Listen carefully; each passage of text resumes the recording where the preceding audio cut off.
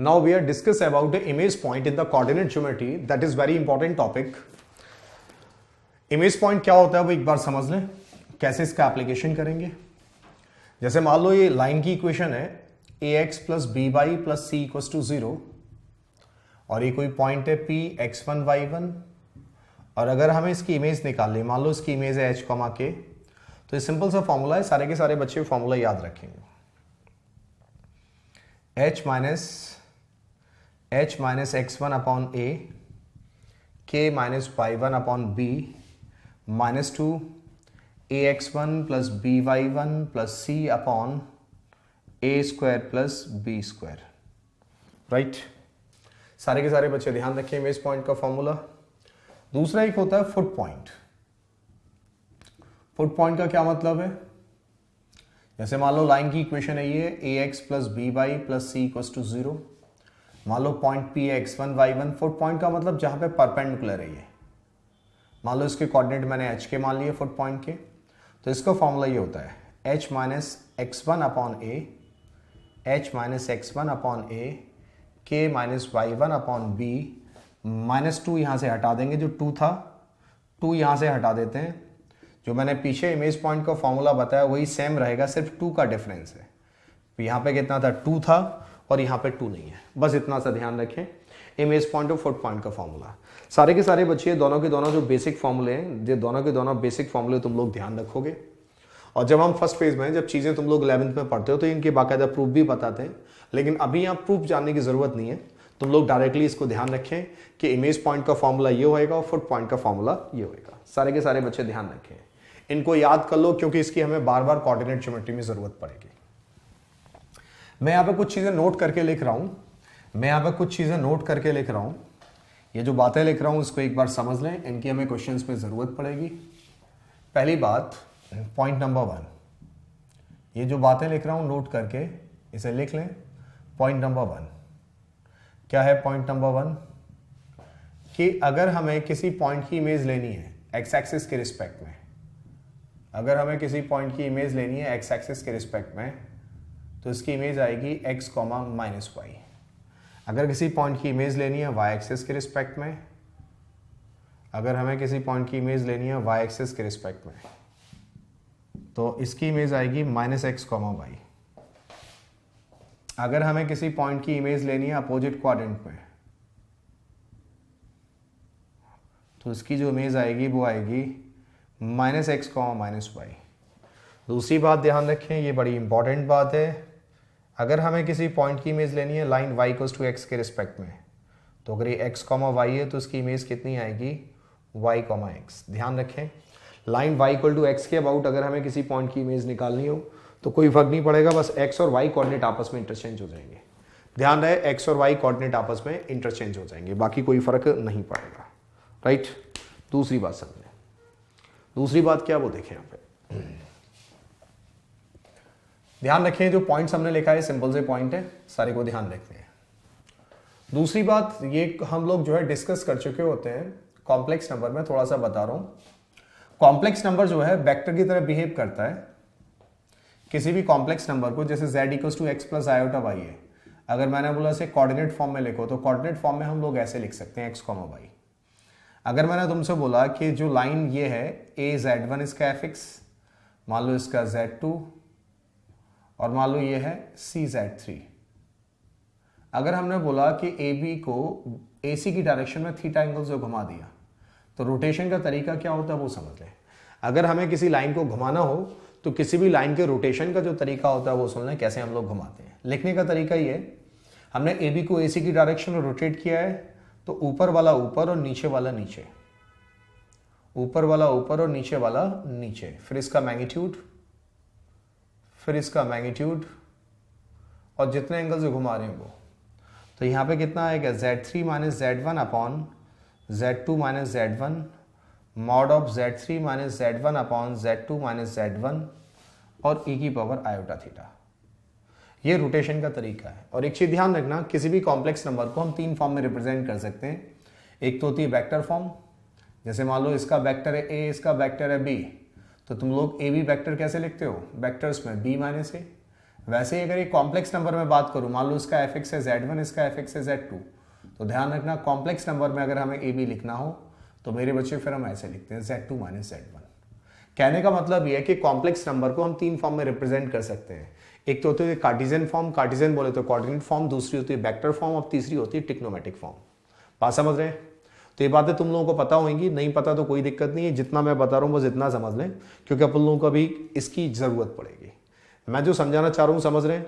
अगर हमें कभी भी लाइन एपी को एसी की डायरेक्शन में थीटा एंगल से रोटेट करना हो तो रोटेशन का तरीका ये होता है कि जिसको घुमा रहे हैं जिस डायरेक्शन में, तो इन दोनों में देखो ऊपर कौन है, ये तो ऊपर वाला ऊपर, नीचे वाला नीचे, ए सी अपॉन ए बी, फिर इनका मैग्नीट्यूड और जितने एंगल से घुमा रहे हैं उसका ई की पावर आयोटा थीटा। ई की पावर आयोटा थीटा जो होता है इसको हम लोग आयलर्स फार्मूला बोलते हैं या यूलर्स फार्मूला बोलते हैं, आयलर या यूलर्स फार्मूला। ई की पावर आयोटा थीटा की जो वैल्यू होती है वो होती है cos theta plus iota sine theta. अगर ना पता हो ध्यान रखें, ई की पावर आयोटा थीटा की वैल्यू होती है cos theta plus iota sign theta. तो हमने यहाँ पे दो बातें बताई, एक तो सिंपल इमेज बताया कि x axis y axis opposite quadrant पे निकालनी हो क्या होती है। दूसरा हमने तुम लोगों को जो बताया वो रोटेशन का बताया कि अगर हमें किसी लाइन को घुमाना हो, किसी लाइन को रोटेट करना हो तो रोटेशन का तरीका क्या होता है, राइट। अब जो हमने इमेज वाली बात बताई इस पर कुछ एक प्रॉब्लम्स करेंगे, उससे तुम लोगों की बातें क्लियर होंगी। फटाफट जल्दी से नोट कर लें, फटाफट जल्दी से नोट करें।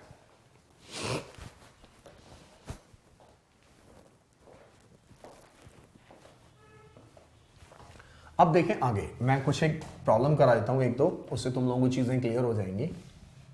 एक दो सिंपल प्रॉब्लम बच्चों वाली करा रहा हूं, ये सिंपल बच्चों वाली प्रॉब्लम से हमने कोई दमखम नहीं है। देखें क्या है, मैं सिंपल बच्चों वाली कुछ एक प्रॉब्लम डिस्कस कर रहा हूं। जैसे मैंने पूछा तुम लोगों से, find the image of the point, find the image of the point, image of the point, find the image of the point 1, 2 with respect to the line, with respect to the line x plus y equals to 4। हमें इसकी image निकालनी क्या होगी? देखें बहुत ही simple सा है, line अपनी क्या है x plus y minus 4 equals to 0, अपना पॉइंट क्या है 1, 2, इसी की इमेज निकालनी है। मान लो इसकी इमेज को मैंने h, k बोल दिया, फॉर्मूला लगाओ h माइनस 1/1, k माइनस 2/1 और कितना आएगा -2, 1 + 2 -4 अपॉन कितना 1 स्क्वायर प्लस 1 स्क्वायर। पीछे फॉर्मूला लगाया, सिंपल फॉर्मूला का यूज़ किया है। तो h माइनस 1 k माइनस 2 और इक्वल्स टू कितना आएगा, 2 कैंसिल हो जाएगा, 1 + 2 3 यानी कि 1 आ जाएगा। तो यहाँ से h की वैल्यू कितनी आएगी 2, जब इसको कंपेयर कर लूँगा, और यहाँ से k की वैल्यू कितनी आएगी 3। तो फाइनली जो अपना इमेज पॉइंट आ गया, इमेज पॉइंट कितना आ जाएगा 2, 3। इसे सारे के सारे बच्चे ध्यान रखें, सिंपल हमने यहाँ पे फॉर्मूले का यूज़ किया, सिंपल एक लाइन में आंसर आ जाएगा। लेकिन मेरे बच्चे आईआईटी एग्जाम में ऐसी बच्चों वाली प्रॉब्लम नहीं पूछते, ये तो मैंने तुम लोगों को सिंपल एक एग्जांपल देके दिखाया। एग्जाम में प्रॉब्लम्स कैसी पूछी गई हैं वो समझ लें। मैं एक क्वेश्चन कर रहा हूँ, उससे बात क्लियर होगी। मैं एक बड़ी सी प्रॉब्लम कर रहा हूँ, आईआईटी में पूछी जा चुकी इस तरह की प्रॉब्लम्स, समझ लें क्या है। Question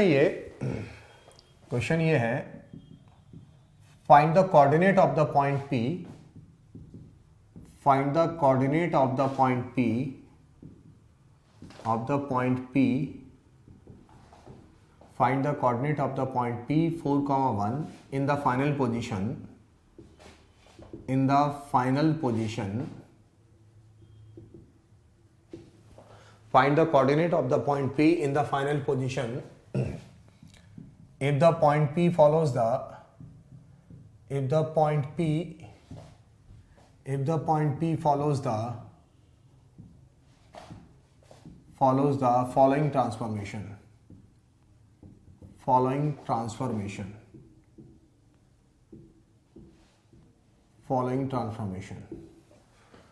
if the point P follows the following transformation. Number 1, first we take the image of the point, first we take the image of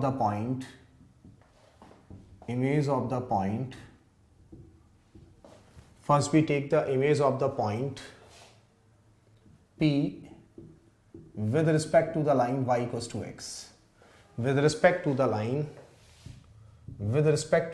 y equals to x. After that लिखते जाएं सारे। दूसरा, after that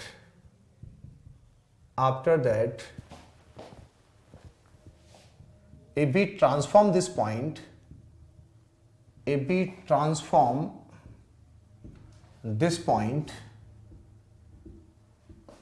to unit distance,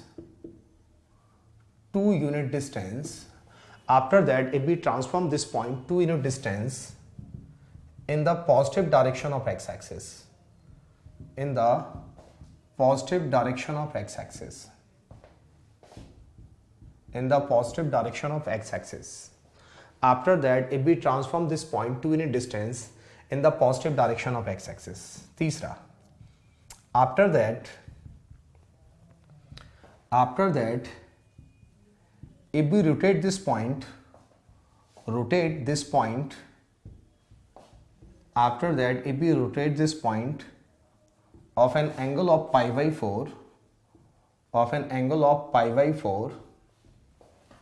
after that if we rotate this point of an angle of pi by 4 in the anti-clockwise direction, in the anti-clockwise direction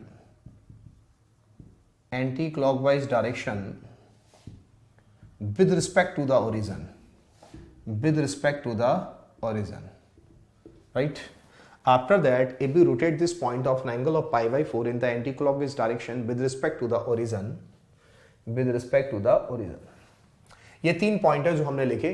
final position में हम लोगों को coordinate बताने कि फाइनल पोजीशन में हमारे coordinate क्या होंगे। फिर एक बार सुन लें, find the coordinate of the point P4,1 in the final position if the point P follows the following transformation. पहला पॉइंट है, first we take the image of the point P with respect to the line y equals to x। After that if we transform this point to unit distance in the positive direction of x-axis, after that if we rotate this point of an angle of pi by 4 in the anti-clockwise direction with respect to the origin। तो final position में हम लोग coordinate बताने के point P के coordinate कितने होंगे। ये क्वेश्चन देखने में ही बड़ा है सिंपल, 2 लाइन की प्रॉब्लम है, देखने में ही बड़ा है प्रॉब्लम, 2 लाइन की प्रॉब्लम है। सारे के सारे बच्चे गौर करें, कैसे इसे हम सॉल्व करेंगे वो समझ लें।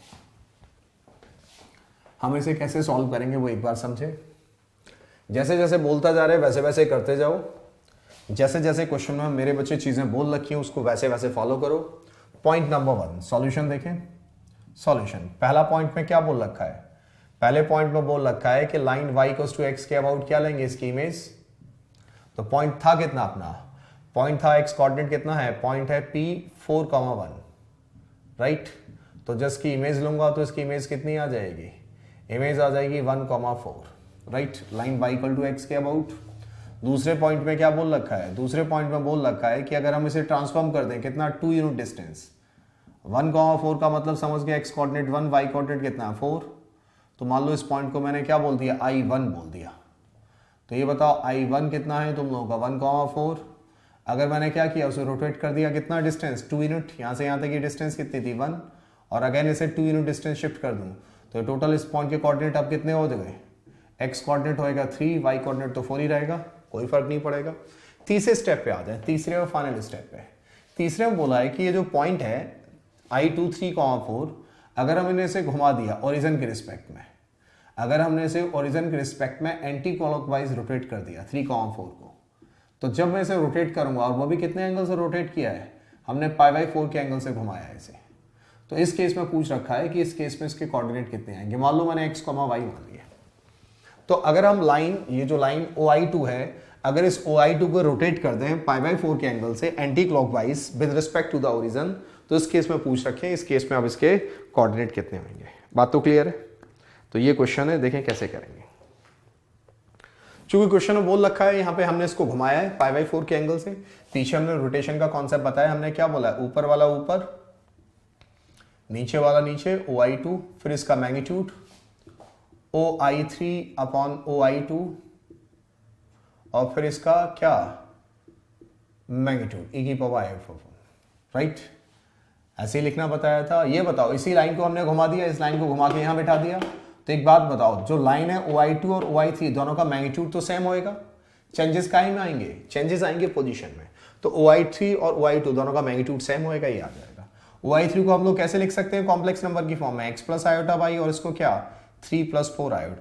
और इसको हम लोग क्या लिख लेंगे, e to the power iota pi by 4 को cos pi by 4 plus iota sine pi by 4।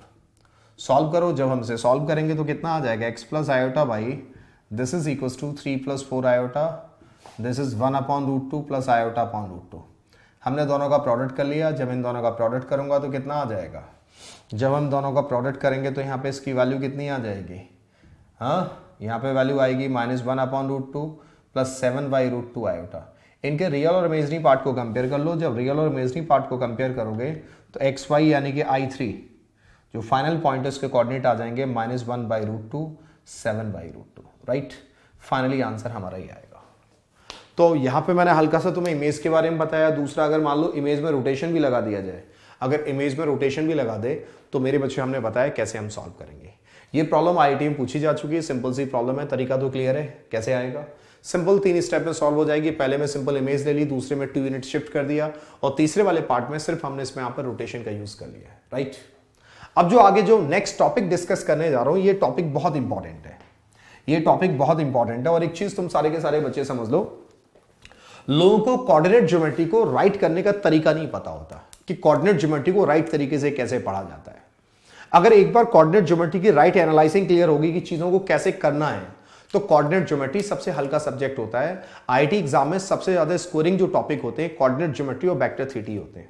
Important बात यह कि चीजों को आप कर कैसे रहे।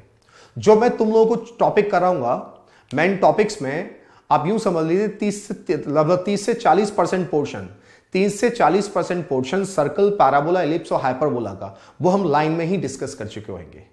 और सिमिलरली जब मैं सर्कल तुम लोगों को कराऊंगा तो सर्कल के अंदर भी कम से कम 25 से 30% पोर्शन पैराबोला, सर्कल और हाइपरबोला का हम कर चुके होंगे। इन शॉर्ट आप यूं समझ लीजिए कि लाइन और सर्कल के अंदर ही हम पैराबोला, एलिप्स और हाइपरबोला का 60 से 70% पोर्शन कर चुके होंगे।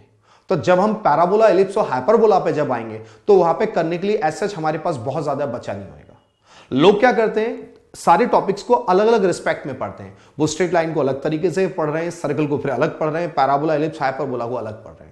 जबकि जो हमारा तरीका है, हमारे तरीके में मेरे बच्चे अगर ये 2 टॉपिक तुम अच्छे से सीख गए, अगर लाइन और सर्कल के अगर कॉन्सेप्ट्स क्लियर हो गए, तो पैराबोला, एलिप्स और हाइपरबोला की 70 और 80% प्रॉब्लम तुम इजीली कर पाओगे बिना उनको पढ़े भी।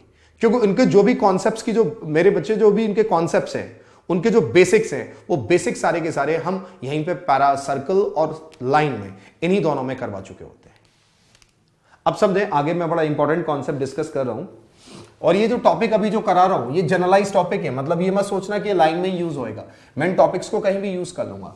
मैं कई बार इनको लाइन में यूज कर लूंगा, सर्कल में यूज कर लूंगा, पैराबोला में, एलिप्स में, हाइपरबोला में। इन टॉपिक्स को हम लोग कहीं भी यूज कर सकते हैं। ध्यान रहे, ये जो टॉपिक्स मैंने बताए, ये टॉपिक सिर्फ यहीं यूज नहीं होंगे, इन टॉपिक्स को हम लोग कहीं भी यूज कर सकते हैं, राइट। तो ध्यान रहे सारे को। अब देखें,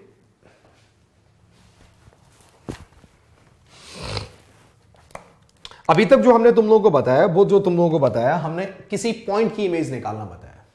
अभी जो हमने जो टॉपिक जो डिस्कस किया, इसमें हमने जो तुम्हें बताया, किसी पॉइंट की इमेज निकालना बताया कि अगर किसी पॉइंट की इमेज निकालनी हो तो किसी पॉइंट की इमेज हम कैसे निकालते हैं। अब जो मैं तुम्हें बताने जा रहा हूं, वो किसी कर्व की इमेज कैसे निकालेंगे, वो एक बार कॉन्सेप्ट समझ लें। Image of the curve, point का तो अभी हमने बताया, किसी पॉइंट की इमेज हम कैसे निकालते हैं। अगर किसी कर्व की इमेज निकालनी हो तो कर्व की इमेज निकालने का फंडा क्या है, वो एक बार समझें। ax plus b y plus c equals to 0 line की इक्वेशन है। अब मान लो कोई कर्व है, मान लो कोई कर्व है y equals to f x. मान लो उस कर्व की इमेज निकालनी है इसके रिस्पेक्ट में, तो उस कर्व की इमेज कैसे आएगी। अगर मैं इस कर्व की इमेज की बात करूं तो इसकी कर्व की इमेज कैसे आएगी, ऐसे आ जाएगी। ये क्या हो गया, ये इमेज कर्व की इक्वेशन हो गई। तो अगर किसी कर्व की इमेज निकालनी है किसी लाइन के रिस्पेक्ट में, हम लोग कैसे निकालेंगे, वो सारे के सारे बच्चे एक बार कॉन्सेप्ट समझ रहे हैं कैसे करेंगे, समझे। सबसे पहले तो हल्का सा तुम लोग जो है इक्वेशंस के बारे में समझ लो। जो इक्वेशंस होती हैं, इक्वेशन 3 टाइप की होती है। एक तो होती है कार्टेशियन इक्वेशन, कार्टेशियन सारे जानते होंगे, जो एक्स और वाई की फॉर्म में होती है।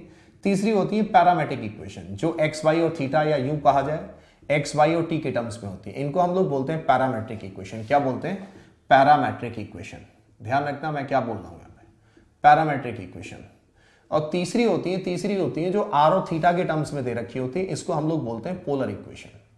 इसको हम लोग बोलते हैं पोलर इक्वेशन। ध्यान रहे जो मैंने बोला, इक्वेशन होती है वो तीन टाइप की होती हैं। पहली होती है कार्टेशियन इक्वेशन जो एक्स और वाई के टर्म्स में होगी। दूसरी होती है पैरामेट्रिक इक्वेशन जो एक्स वाई टी या यू कहा जाए एक्स वाई और थीटा के टर्म्स में होती है। तीसरी होती है पोलर इक्वेशन जो आर और थीटा के टर्म्स में दे रखी होती है। अब लोग जो नॉर्मली अभी पढ़ते हैं वो कार्टेशियन इक्वेशन के बारे में पढ़ते हैं, लेकिन कई बार हमें पैरामेट्रिक इक्वेशन की भी जरूरत पड़ती है। तो मैं पैरामेट्रिक के बारे में तुम लोगों को बता दूं, पैरामेट्रिक होती क्या है। अगर मैं एक्स और वाई की वैल्यू किसी तीसरे वेरिएबल के टर्म्स में लिख दूं, अगर मैं एक्स और वाई की वैल्यू किसी तीसरे वेरिएबल के टर्म्स में रिप्रेजेंट कर दूं, तो बोलूंगा ये इसकी पैरामेट्रिक इक्वेशन है। अब जैसे मान लो सर्कल है x square plus y square equal to a square, इतना तुम सारे के सारे जानते हो कि सर्कल की जो पैरामेट्रिक इक्वेशन होती है x equal to a cos theta, y equal to a sine theta. मतलब अगर एक्स की जगह तुम ए कॉस थीटा, वाई की जगह ए साइन थीटा रख दो यहाँ पे, अगर एक्स की जगह ए कॉस थीटा, वाई की जगह ए साइन थीटा रख दो, इसको सेटिस्फाई करेगी कि नहीं करेगी? करेगी। तो सर्कल की जो पैरामेट्रिक इक्वेशन होती है वो ये होती है। यहां पर हमने एक्स और वाई को काहे में कन्वर्ट कर दिया? एक्स और वाई को हमने इन टर्म्स ऑफ थीटा लिख दिया। तो ध्यान रखना, अगर हम एक्स और वाई को किसी तीसरे वेरिएबल के टर्म्स में रिप्रेजेंट कर दें, अगर हम एक्स और वाई को किसी तीसरे वेरिएबल के टर्म्स में रिप्रेजेंट कर दें, तो हम उसे उसकी पैरामेट्रिक इक्वेशन बोलते हैं। जैसे मान लो एक्स स्क्वायर 80 स्क्वायर लिख लूं तो वाई कितना आएगा? वाई आ जाएगा तुम्हारा 280। क्यों भाई? तो Y square equal to 4x की जो पैरामेट्रिक इक्वेशन है वो क्या है? X equal to 80 square, y equal to 280। और ध्यान रखना, किसी भी कर्व की जो पैरामेट्रिक इक्वेशन होती है, किसी भी कर्व की पैरामेट्रिक इक्वेशन यूनिक नहीं होती। किसी भी कर्व की पैरामेट्रिक इक्वेशन यूनिक नहीं होती। किसी भी कर्व की जो पैरामेट्रिक इक्वेशन होती है वो इक्वेशन होती है जो उस कर्व की इक्वेशन को सेटिस्फाई करती है। तो मैं एक्स इक्वल टू 80 स्क्वायर डालो, वाई इक्वल टू 280 डालो, सेटिस्फाई करेगी। और समझ तो गई ना पैरामेट्रिक इक्वेशन होती क्या है? किसी भी कर्व की पैरामेट्रिक इक्वेशन वो इक्वेशन होती है जो उस कर्व की इक्वेशन को सेटिस्फाई करती है। और दूसरी बात, अगर हम एक्स और वाई की वैल्यू किसी तीसरे वेरिएबल के टर्म्स में रिप्रेजेंट कर दें तो हम उसे उस कर्व की पैरामेट्रिक इक्वेशन बोलते हैं। तो समझ तो गए पैरामेट्रिक इक्वेशन होती क्या है? हाँ, और सुन लो, पैरामेट्रिक इक्वेशन यूनिक नहीं होती। कोई बोला ये क्या बात हुई यूनिक नहीं होती? मतलब समझो, जैसे मान लो अगर मुझे किसी कर्व की पैरामेट्रिक इक्वेशन निकालनी है, समझो मैंने बोला y equal to x square, इसकी पैरामेट्रिक इक्वेशन निकालो, तो मैं अगर x को t मान लूं तो y कितना हो जाएगा? t square. तो सुन लो, इसकी पैरामेट्रिक इक्वेशन क्या होगी? t comma T square. रखे देखो सेटिस्फाई करेगी। अब जैसे मैंने बोला कि ना भाई, कोई बोला साहब आपने ऐसा क्यों माना? मैं तो ऐसा नहीं मानता। कोई बोला मैं तो x को √2 मानूंगा। कोई बात नहीं, अगर तुम x को √2 मानोगे तो y कितना आ जाएगा? t। तो ये भी इसकी पैरामेट्रिक इक्वेशन है। तो ध्यान रखिए, डिपेंड करता है आप चीजों को कैसे ले रहे हैं। अब जैसे मान लो लिख दिया y square equals to x, अगर मैं एक्स को टी ले लूं तो वाई कितना आएगा? √t। तो ये इसकी क्या होगी? ये इसकी पैरामेट्रिक इक्वेशन होगी। कोई बोला ना साहब मैं तो ऐसे लूंगा, एक्स को टी स्क्वायर तो वाई कितना आ जाएगा? वाई कितना आ जाएगा? t। तो ये भी इसकी पैरामेट्रिक इक्वेशन है। तो ध्यान रखना, किसी भी कर्व की जो पैरामेट्रिक इक्वेशन होती है वो यूनिक नहीं होती। और पैरामेट्रिक इक्वेशन समझ तो गए? अगर हम x की वैल्यू करस्पॉन्डिंग, x को जैसे t ले लिया तो x की वैल्यू करस्पॉन्डिंग जो y की वैल्यू आई, यही क्या होगी? x इक्वल टू टी और टी स्क्वायर, यही हमारी पैरामेट्रिक इक्वेशन होगी। इन शॉर्ट, अगर हम x और y की वैल्यू किसी तीसरे वेरिएबल के टर्म्स में रिप्रेजेंट कर दें, जैसे यहां पे x और y की वैल्यू मैंने t के टर्म्स में रिप्रेजेंट कर दी, तो हम इसे क्या बोलते हैं? हम इसे इसकी पैरामेट्रिक इक्वेशन बोलते हैं, राइट। तो सारे के सारे बच्चे इसको ध्यान रखें, जो पैरामेट्रिक का हमने कॉन्सेप्ट तुम लोगों को बताया, सारे के सारे बच्चे पैरामेट्रिक इक्वेशन का कॉन्सेप्ट ध्यान रखें। अब जैसे सर्कल की बात करूं, तुम सारे बच्चे इतना तो जानते हो, जैसे सर्कल की इक्वेशन है, अगर ये a और ये एंगल है थीटा, तो ये बताओ circle x square plus y square equals to a square है, तो यहां पे इसके पैरामेट्रिक इक्वेशन क्या होती है? X equal to a cos theta और वाई इक्वल्स टू कितना होता है? A sine theta. यहां पर जो बात समझने वाली है वो समझो, किसी भी कर्व की जो पैरामेट्रिक इक्वेशन होती है ए कॉस थीटा ए साइन थीटा, अगर मैं इसको पॉइंट फॉर्म में लिख दूं, पॉइंट फॉर्म समझ रहे हैं? अगर मैं इसको ऐसे लिख दूं ए कॉस थीटा ए साइन थीटा, तो सुन लो, अगर मैं ऐसे लिख रखा हूं, अगर मैंने ऐसे लिखा है x equal to a cos theta y equal to a sine theta, तो हम इसे इसकी पैरामेट्रिक इक्वेशन बोलते हैं। और अगर मैंने ऐसे लिख दिया पॉइंट की फॉर्म में ए कॉस थीटा ए साइन थीटा, तो इसको हम लोग पैरामेट्रिक पॉइंट बोलते हैं। ध्यान रखना, क्या बोलते हैं? Parametric point, right. तो ध्यान रखें, किसी भी कर्व की पैरामेट्रिक इक्वेशन और पैरामेट्रिक पॉइंट समझ तो गए? अगर जो पैरामेट्रिक इक्वेशन अगर इसे पॉइंट फॉर्म में लिख दूं, क्या बोल दूंगा? Parametric point. और एक्स और वाई के टर्म्स में लिख दूं, क्या हो जाएगी? Parametric equation. तो ध्यान रखना, किसी भी कर्व की जो पैरामेट्रिक इक्वेशन होती है, अर्थात यूं कहा जाए पैरामेट्रिक पॉइंट, वो अपने आप में सिर्फ एक पॉइंट नहीं होता, वो पूरी की पूरी इक्वेशन को रिप्रेजेंट करता है। कोई बोला क्या मतलब है? इस बात को उल्टा समझो। अगर मान लो मैंने तुमसे बोला किसी भी कर्व की पैरामेट्रिक इक्वेशन तुम्हें दे दी, मैंने बोला कि भैया इसकी पैरामेट्रिक इक्वेशन ये है, मैंने बोला इसकी पैरामेट्रिक इक्वेशन ये है, x equals to 2 cos theta और y equals to 2 sin theta. तो अगर मुझे पैरामेट्रिक इक्वेशन पता है, यहां पे पैरामीटर कौन है, थीटा, तो अगर मैं इन दोनों को स्क्वायर करके ऐड कर लूं तो याद आएगा नहीं याद आएगा, क्यों भाई? तो किसी भी कर्व की पैरामेट्रिक इक्वेशन वो इक्वेशन होती है जो उस कर्व की इक्वेशन को सेटिस्फाई करती है। यहां पर जो पैरामीटर थीटा है, अगर इन पैरामीटर थीटा दोनों इक्वेशन से एलिमिनेट कर लूंगा तो अपने कर्व की इक्वेशन आ जाएगी। कहने का मतलब यह है कि अगर हमें किसी कर्व की पैरामेट्रिक इक्वेशन पता है, यानी कि पैरामेट्रिक पॉइंट पता है, अगर हमें किसी कर्व की पैरामेट्रिक इक्वेशन पता है अर्थात हमें पैरामेट्रिक पॉइंट पता है, तो हम उस पैरामेट्रिक पॉइंट से या पैरामेट्रिक इक्वेशन से हम उस कर्व की इक्वेशन निकाल सकते हैं। जैसे मान लो मैंने ये लिख दिया, मैंने लिख दिया x equals to t plus 1 और y इक्वल्स टू 2t, तो मैंने बोला उस कर्व की इक्वेशन बताओ जिसकी पैरामेट्रिक इक्वेशन है। तो कैसे लिखेंगे, कैसे करेंगे, यहां से t कितना आ जाएगा, y अपॉन 2, t की वैल्यू उठा के इसमें रख दो, तो x इक्वल्स टू कितना आएगा, y अपॉन 2 प्लस 1, लॉजिक कितना आ गया, 2x equals to y plus 1। एक आई की इक्वेशन होगी, लाइन की इक्वेशन होगी। तो अगर हमें किसी कर्व की पैरामेट्रिक इक्वेशन पता है, अगर हमें किसी कर्व की पैरामेट्रिक इक्वेशन पता है, तब वहां से उस कर्व की इक्वेशन निकाल सकते हैं कि नहीं, राइट? तो एक चीज ध्यान रखना, किसी भी कर्व के जो पैरामेट्रिक इक्वेशन होती है, किसी भी कर्व की जो पैरामेट्रिक इक्वेशन होती है अर्थात पैरामेट्रिक पॉइंट, जैसे मान लो मैंने लिख दिया t कॉमा टी स्क्वायर, तो इसके पैरामेट्रिक इक्वेशन क्या होगी, x equal to t, y equal to t square. अब मैंने पूछा भैया ये किसकी पैरामेट्रिक इक्वेशन है, तो सुन लो कैसे, t को खत्म करो, t को कैसे खत्म करूंगा, यहां पे रख दो, तो कितनी होगी, y equal to x square. ये y equal to x square की पैरामेट्रिक इक्वेशन है। तो शायद तुम लोग कॉन्सेप्ट समझ गए होगे क्या है। अब जो मैंने पैरामेट्रिक पॉइंट वाला जो कॉन्सेप्ट बताया, इसको सारे के सारे बच्चे समझे, पैरामेट्रिक का हम लोग यहां इस कॉन्सेप्ट में यूज कैसे करेंगे वो समझो सारे। तो ये बात ध्यान रखना जो मैंने बोली कि अगर हमें किसी कर्व की पैरामेट्रिक इक्वेशन लिखनी हो तो हम कैसे लिखते हैं, और अगर किसी कर्व की पैरामेट्रिक इक्वेशन पता है तो उस कर्व की पैरामेट्रिक इक्वेशन से, अगर हमें किसी कर्व की पैरामेट्रिक इक्वेशन पता है तो हम उस कर्व की पैरामेट्रिक इक्वेशन से कर्व की इक्वेशन कैसे लिखेंगे, वर्किंग मेथड समझने, कैसे सॉल्व करोगे, इंपॉर्टेंट है। और सुन लो यहां पे जो मैंने कर्व वर्ड यूज किया इसके पीछे समझो। मान लो मैं तुमसे बोलूं लाइन की इमेज लाइन के रिस्पेक्ट में बताओ, सर्कल की इमेज बताओ, पैराबोला की बताओ, इलिप्स, हाइपरबोला, कुछ भी कर्व हो, तो किसी भी कर्व की अगर इमेज निकाली हो लाइन के रिस्पेक्ट में कैसे निकालेंगे वो समझें। हम लोग क्या करेंगे, इस पे एक पॉइंट ले लेंगे, मान लो मैंने इस पे एक पॉइंट ले लिया AT, BT, पैरामेट्रिक इक्वेशन ले ली हमने इसकी, y इक्वल्स टू fx की पीछे निकालना हमने बताया कैसे पैरामेट्रिक निकालते हैं। तो इसकी जो इमेज आएगी पैरामेट्रिक की, मान लो इस इमेज यहां आएगी, मान लो उसको मैंने xy मान लिया, तो हम लोग क्या करेंगे यहां पे by image point formula, image point formula सारे को पता ही है, अभी हमने पीछे पता है image point formula x minus A2 upon A, y minus BT upon B upon minus 2 A into AT B into BT, sorry B into BT plus C upon कितना A square plus B square. हम ऐसे करेंगे, इसको इसके साथ compare कर लेना, इसको इसके साथ कंपेयर कर लेना, तो जो x और y की वैल्यू आएगी वो काहे के टर्म्स में आ जाएगी, इन टर्म्स ऑफ t आ जाएगी। x और y की वैल्यू काहे के टर्म्स में आ जाएगी, इन टर्म्स ऑफ t। तो ये काहे की इक्वेशन आ गई, इमेज कर्व की पैरामेट्रिक इक्वेशन आ गई, काहे की, इमेज कर्व की पैरामेट्रिक इक्वेशन। अब हमें अगर इमेज कर्व की पैरामेट्रिक इक्वेशन पता है, सुन लो, अगर हमें यहां पे इमेज कर्व की, ये जो इमेज कर्व है, अगर हमें इमेज कर्व की पैरामेट्रिक इक्वेशन पता है तो हम यहां से क्या करेंगे, इमेज कर्व की जो पैरामेट्रिक इक्वेशन है टी के टर्म्स में, यहां से टी को एलिमिनेट कर लेंगे, इन दोनों इक्वेशन को सॉल्व करके, इन दोनों इक्वेशन को सॉल्व करके टी को एलिमिनेट कर लेंगे और एक्स और वाई के टर्म्स में रिलेशन ले आएंगे, हमारे इमेज कर्व की इक्वेशन आ जाएगी। फिर एक बार सुन लें, हम क्या करेंगे, जो कर्व दे रखा है इसकी पैरामेट्रिक इक्वेशन लिख लेंगे और इस पैरामेट्रिक पॉइंट की इमेज निकाल लेंगे, इस पैरामेट्रिक पॉइंट की इमेज निकाल लेंगे। तो जो इमेज आएगी, इमेज भी पैरामेट्रिक पॉइंट में आएगी, यानी कि बाय इमेज फॉर्मूला हम पैरामेट्रिक फॉर्म में इमेज कर्व की इक्वेशन निकाल लेंगे।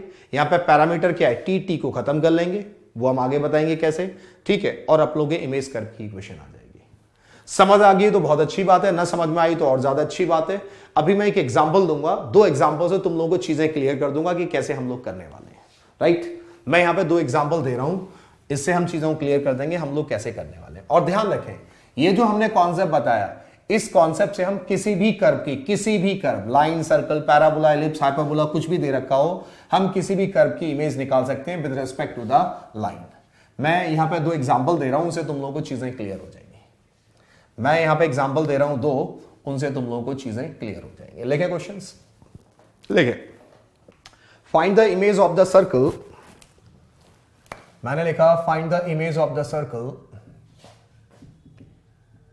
Find the image of the circle x square plus y square equals to 1 with respect to the line, with respect to the line x plus y minus 2 equals to 0. सुन लो, मैंने वैसे एक rough picture बना ली। Circle कैसे है, x square plus y square equals to 1, और मान लो ये line की इक्वेशन क्या है, x plus y minus 2 equals to 0। तो इसकी इमेज कुछ ऐसे आएगी, मान लो नीचे इमेज बन गई। और ये बताओ सर्कल पे अगर कोई पैरामेट्रिक पॉइंट लेना हो तो कैसे लिख सकते हैं, cos theta comma sine theta. और कोई यूनिक नहीं है, कोई बोला साहब हम ऐसे नहीं लेते, तुम अगर x को t मान लो तो y कितना आ जाएगा, root of 1 minus t square. तुम t के टर्म्स में भी ले सकते हो, चाहो तो थीटा के टर्म्स में। और हमने बोला ना किसी भी कर्व की पैरामेट्रिक इक्वेशन क्या होती है, यूनिक नहीं होती है। उस कर्व की जो पैरामेट्रिक इक्वेशन होती है उसको सेटिस्फाई करनी चाहिए। मान लो मैंने इसकी इमेज मान ली x, y, तो जैसा कि हमने फॉर्मूला बताया कितना आ जाएगा, x minus cos theta upon 1, y minus sine theta upon कितना आ जाएगा, अपॉन 1 माइनस 2, और कितना cos theta plus sine theta minus 2 upon कितना, upon 1 square plus 1 square. Simple इनको कंपेयर कर लो, x minus cos theta, y minus sine theta, this is equals to minus cos theta minus sine theta plus 2। इनको compare करो। जब मैं इनको compare करूंगा, सारे को दिखाई दे रहा है, जब मैं इसको इसके साथ कंपेयर करूंगा, इसको इसके साथ, तो यहां से x की वैल्यू कितनी आएगी, माइनस साइन थीटा प्लस 2, और y की वैल्यू कितनी आएगी, y की वैल्यू आएगी माइनस कॉस थीटा प्लस 2। हमने क्या किया, x माइनस 2 इक्वल्स टू यहाँ पे माइनस साइन थीटा कर लिया, और यहाँ पे y minus 2 equals to minus cos theta कर लिया। इसको फर्स्ट इक्वेशन बोलो, इसको सेकंड, दोनों को स्क्वायर करके ऐड कर लो। तो जब दोनों को स्क्वायर करके ऐड करूंगा, थीटा खत्म करना है। अरे जो x और y की वैल्यू आई वो काय की वैल्यू आई, पैरामेट्रिक फॉर्म में आ गई। यहाँ पे ये जो इमेज कर्व है, जो इमेज सर्कल है, उसकी इक्वेशन पैरामेट्रिक फॉर्म में आ गई। तो यहाँ से थीटा पैरामीटर हम उसे खत्म करेंगे, सिंपल आ जाएगा x माइनस 2 का होल स्क्वायर, y माइनस 2 का whole square, this is sine square theta plus cos square theta equals to 1। लो जी, सिंपल आंसर आ जाएगा हम लोगों का, सिंपल आंसर ही आ गया। यानी कि जो इमेज कर्व आया, जो इमेज सर्कल आया, इमेज सर्कल की इक्वेशन ही आ जाएगी। राइट, तरीका क्लियर है। जो थीटा है, थीटा को हम लोग कैसे एलिमिनेट करेंगे, सारे को बात तो क्लियर है। हमने यहां से क्या किया, हमने बाया इमेज पॉइंट फॉर्मूला, इसके इमेज कर्व की पैरामेट्रिक इक्वेशन निकाल ली। इमेज कर्व की जो parametric equation I in terms of theta, वहां से थीटा एलिमिनेट कर लेंगे, सिंपल आंसर आ जाएगा। राइट, मैं एक और एग्जांपल दे रहा हूं, उस एग्जांपल से तुम लोगों को और ज्यादा बातें क्लियर हो जाएंगी। हमने लिखा find the image of the parabola, find the image of the parabola y equals to x square with respect to the line y equals to x plus 2, right, y equals to x plus 2 या x minus 2 कर लो, y equals to x minus 2। देखिए कैसे करेंगे। हमने बोला इसकी image बताओ, किसकी, इस पैराबोला की इमेज बताओ इस लाइन के रिस्पेक्ट में। तरीका वही है सेम, पैराबोला की इमेज निकालनी इस लाइन के रिस्पेक्ट में। तो हम क्या करेंगे, सबसे पहले पैराबोला की कोई पैरामेट्रिक इक्वेशन ले लो। अब वो तुम्हारी श्रद्धा है, तुम कुछ भी ले लो, बशर्ते जो भी पैरामेट्रिक इक्वेशन ले लो वो अपनी कर्व की इक्वेशन को सेटिस्फाई करनी चाहिए। जो भी आप इक्वेशन लेंगे वो आपके कर्व की इक्वेशन को सेटिस्फाई करनी चाहिए। तो देखिए यहां से कितना आ जाएगा, y equals to x square है, तो सुन ले y equals to x square कैसे आएगा, ऐसे पैराबोला। चाहो तो पूरी पिक्चर बना लो, वरना रफ बना लो। ये कहां पे काटेगा, x एक्सिस को -2 2, ये क्या होगी line y equals to x minus 2। तो इसकी इमेज कुछ ऐसे आएगी, जैसे भी आए। तो ये बताओ अगर इस पे एक पॉइंट ले लूं, कितना ले लूं, x को t मानूंगा तो y कितना आ जाएगा, t स्क्वायर। तो इसकी इमेज कितनी आ जाएगी, मान लो इमेज को मैंने x y मान लिया।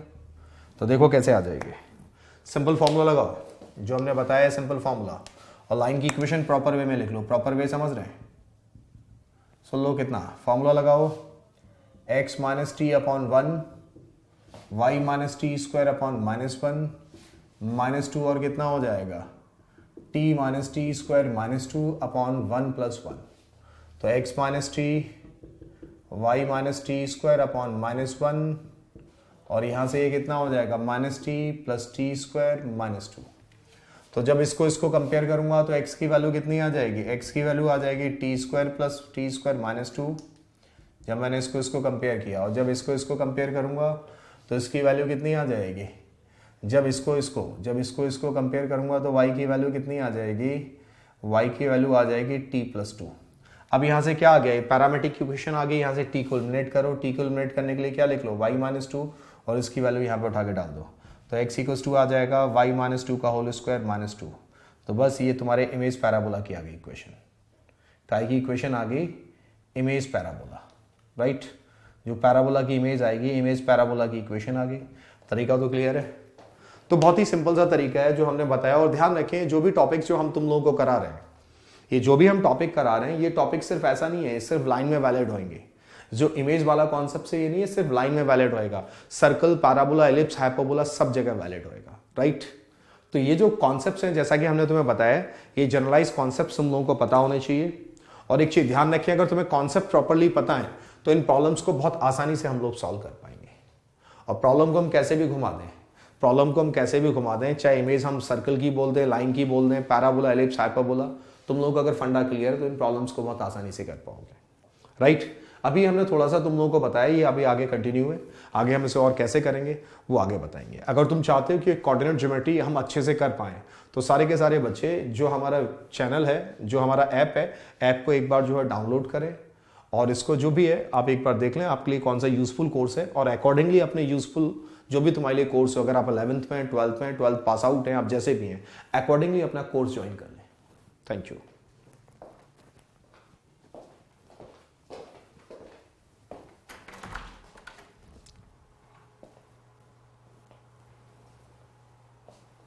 हो गया सर।